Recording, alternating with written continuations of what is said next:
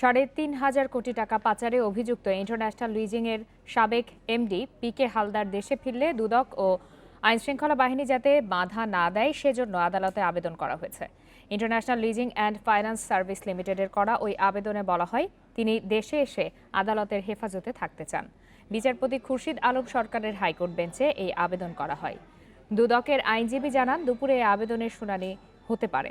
এর আগে গত ১৯ জানুয়ারি প্রায় ৩,৬০০ কোটি টাকা পাচার করার ঘটনায় international leasing and finance service লিমিটেডের পরিচালক পিকে হালদার সহ ১৩ পরিচালকের সব সম্পদ, ব্যাংক হিসাব জব্দ ও পাসপোর্ট আটকানোর নির্দেশ দেয় হাইকোর্ট।